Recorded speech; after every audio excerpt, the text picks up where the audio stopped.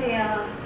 이인규 서울시 교육감 예비후보와 함께 하는 정책 아이디어 콘서트 그 두 번째 시간의 진행을 맡은 아름다운 교육신문 편집장 재미정이라고 합니다.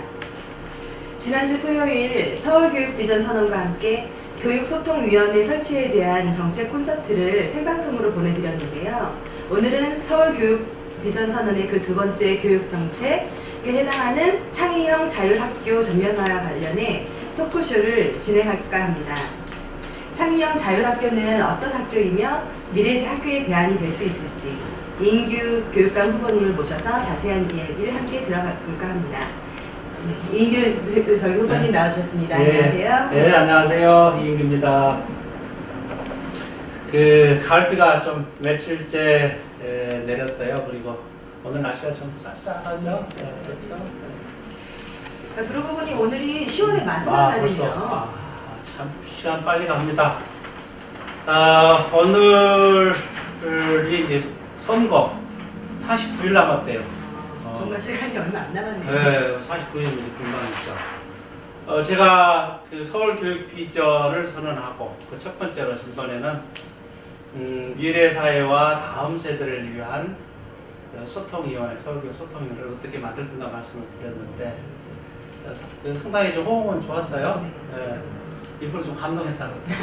이거나 말이잖아요. 굉장히 좋은 반응 진짜 많이 응원을 많이 주셨더라고요. 그래요. 근데 오늘은 정말 우리가 학교에서 어떤 인재를 길러낼 거고 또 그 인재를 기르기 위해서 학교를 또 어떻게 변화시켜야 되는지 또 학교가 변화하기 위해서 교육청은 어떻게 또 정책을 펴야 되는지 그리고 이제 학부모님들께서 이러한 그 새로운 변화에 어떻게 또 대응해야 되는지 좀 얘기를 좀 해보는 시간을 좀 굉장히 그런 이렇게 말씀을 나누는 오늘이 이제 마지막 날이라서 굉장히 의미 있는 마무리가 될 것 같은데요.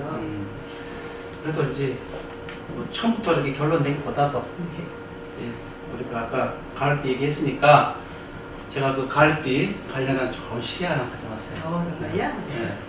작성으로 이렇게 토론하다 보면 이렇게 들뜨잖아요.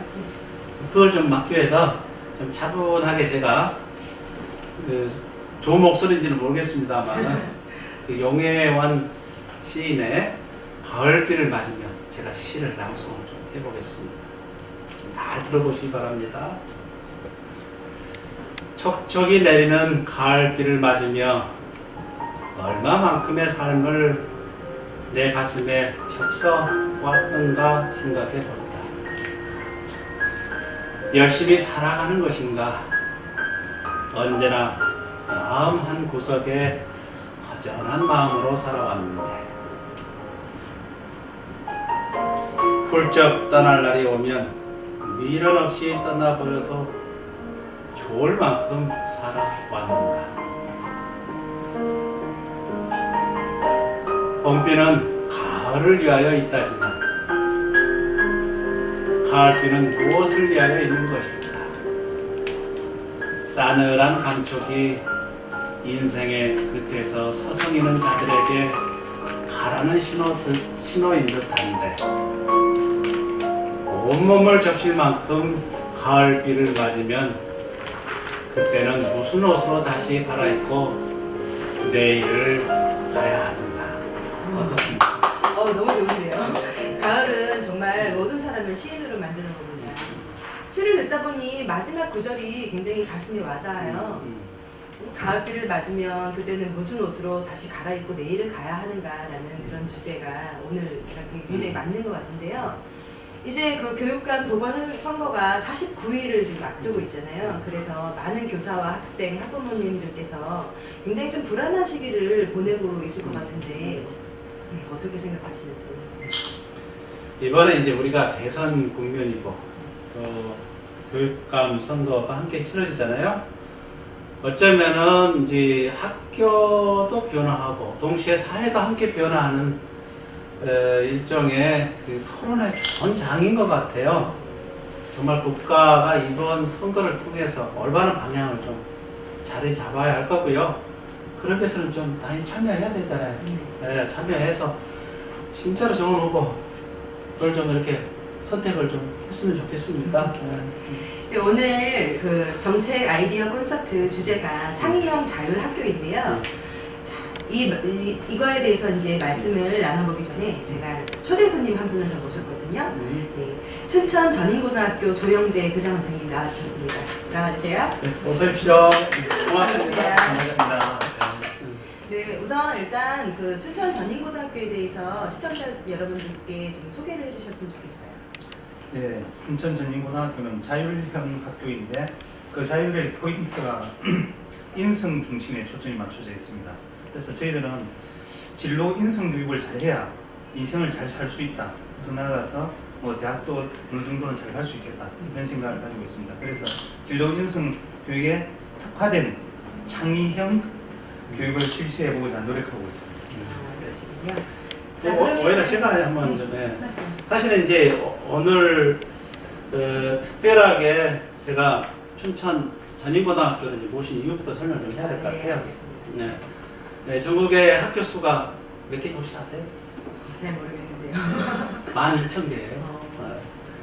그 중에서 아니 당신이 창의형 자율학교를 이렇게 제안했는데 뭐 이렇게 꿈속의 학교는 아닐 거고 현실적으로 존재하는 학교 뭐 이거 아니냐 이런 질문이 맨 먼저 올 것 같아요. 그래서 12,000개 중에 그래도 뭐 어느 학교가 제일 여기 부합하는가 이렇게 쭉 찾아봤는데 그래도 좀 멀리 있지만 강원도 춘천에 이 전인 고등학교가 그래도 부합하다라고 믿어서 이렇게 모셨어요. 어떻습니까? 아유, 감사합니다.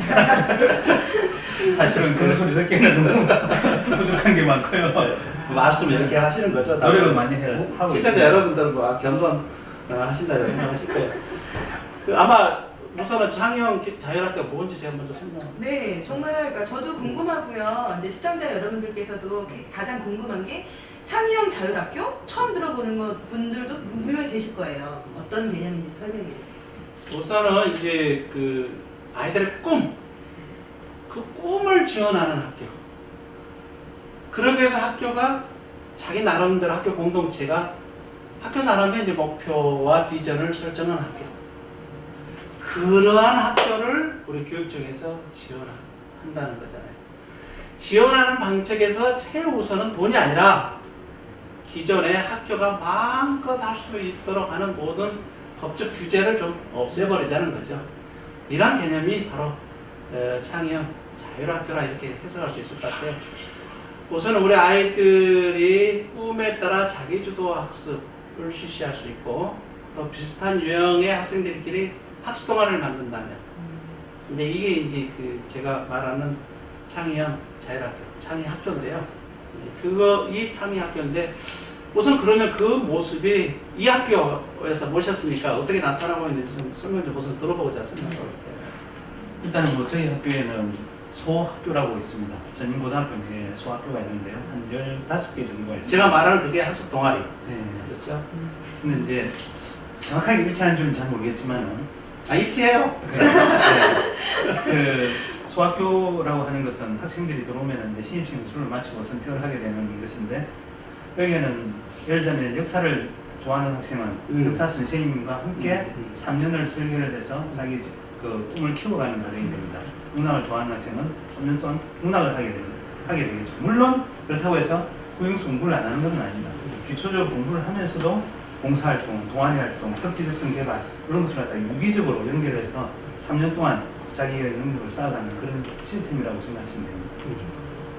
우선은 그러면은 이제 우선은 국가는 지금 현재 한마디로 교육과정이 있잖아요. 국가교육과정이라는 것은 고등학교 2학년 때 수학을 하면 전국에 있는 학생들은 똑같이 진도에 맞춰서 하도록 하는 게 지금의 이제 교육과정인데 이 학교에서는 바로 그것을 어느 정도 국가교육과정을 융통성 있게 실현할 수 있는지 우선 이 학교의 전체 연역에서 기존에 대안학교도 있었고 또 지금 현재 그래도 제도권 내에 편입됐잖아요. 이 과정 속에서 한번 설명을 좀 해주시죠. 그래야 시청자들이 창의형 대안학교 의미가 뭔지 좀 파악하실 것 같아요. 뭐 예전에는 힘들었어요. 국민 공통 기본 교육 과정이 고등학교 1학년 때 다 해야 된다 이렇게 돼 있었는데 지금은 그 정도로 경직되어 있지는 않고요. 조금은 융통성은 있어요. 그럼에도 불구하고 상당히 아직도 경직은 되어 있습니다. 그래서 좀 학점제로 유연하게 했으면 좋겠는데 그 정도까지는 아직 안 가고는 있지만은 그럼에도 불구하고 학생들 수준에 맞추어서 전개를 할 수 있도록 이렇게 변화가 되고 있거든요. 그게 이제 국민 공통 기본 교육 과정이 아니라 기본적인 교육 과정에 대해서는 이제 수준별로 이렇게 해가지고 학생들이 선택을 할 수 있도록 하는 시스템이 하나 가동되고 있고요. 그거 말고 소학교 시간을 두어서 이게 한 30단위가 넘습니다. 여기에서 이제 학생들을 1학년, 2학년, 3학년에 배치해서 굴러가는 게 있고, 그 다음에 창의적 체험 활동을 저희들 소학교 시스템에 맞추어서 별도로 편성을 해가지고 하기 때문에 거의 한 60단위 이상이 소학교 시스템에 맞추어서 이렇게 진행이 되게 되는 거죠. 그 소학교 이야기를 하셨는데, 이제 저는 이제 학교 동아리라는 개념이고요. 소학교를 하셨는데, 그러한 소학교의 운영. 이거는 교사가 일방적으로 만들어줘요? 아니면 국가 교육과정에 그냥 짜요? 아니면 아이들이 어느 정도 자율적으로 움직이나요? 학생들이 원하는 바가 제일 중요합니다. 학생들이 원하는 바를 바탕으로 해갖고 모이면은 그 모여있는 학생들이 선생님을 나 이 선생님만 밑에 가서 공부하고 싶다. 어떤 경우는 없으면은 외부에서 초빙해 와야 됩니다. 그래서 초빙 교사도 있고요. 그 다음에 이제 내부에 있는 선생님들이 해주시는 경우도 있고 이렇게 이제 다양하게 이제. 그러니까 학생들이 원함이 먼저이고 그 다음에 그에 맞춰서 선생님과 함께 교육까지 짜져 간다고 생각하시면 돼요. 그런데 그 원함을 어떻게 알죠? 그 원한다는 거, 아이가 원하는 사실은 자기가 뭘 하는지 확실히 알아요? 우리 어렸을 때는 아마 그런 거가 제일 고민 아닐까요? 자기가 뭘 좋아하는지 몰라서 진로에 대해서 고민하는 거잖아요. 그 다음에 더군다나 뭐 그런 거 있잖아요. 일찍부터 계속 떠먹이는데 익숙했던 아이가 그렇죠. 너 원하는 대로 해봐. 너 원하는 게 뭐냐 알아 나와요? 모르죠. 학교에서는 어떻게 하고 있어요? 그거 쉽지 않아요. 네. 우리나라 교육 과정이 그 자기가 원하는 바를 갖다 계속 살펴볼 수 있는 시스템은 안 돼 있잖아요. 초등학교, 중학교 과정이 다 그렇고요. 그러다 보니까 이제 고등학교 왔는데 너 원하는 거 찾아봐 이러면 쉽지가 않아요. 근데 이 과정을 신입생 연수 때부터 그러니까 인적성 검사를 비롯해갖고 다양한 활동을 해보게 하면서 자기가 진짜 원하는 것이 무엇인지를 끊임없이 생각해보게 합니다. 저는 그걸 기찻기 프로그램을 네, 그렇죠. 같은 얘기예요? 그렇죠. 그러고 나서 이제 고등학교 1학년 1학기 이제 수업이 시작되면 수학교 하나 선택해봐라 그러죠. 근데 이제 선택을 안 하고 가면은 3학년이 지나도 자기가 뭘 할지 모릅니다. 근데 이제 1학년 1학기 때 한 번 선택을 하게 하면은 1학년 2학기 때 또 선택을 하게 합니다. 또 2학년 1학기까지 선택을 하게 합니다. 근데 이걸 갖다 이제 선택하는 훈련을 계속 시키는 거죠. 그러다 보면은 어느 날 어떤 학생은 좀 빨리 선택을 하는 학생도 있고 이건 좀 빨리 내가 해야 되겠다. 어떤 학생은 2번 선택을 할 수도 있고 3번 선택을 할 수도 있고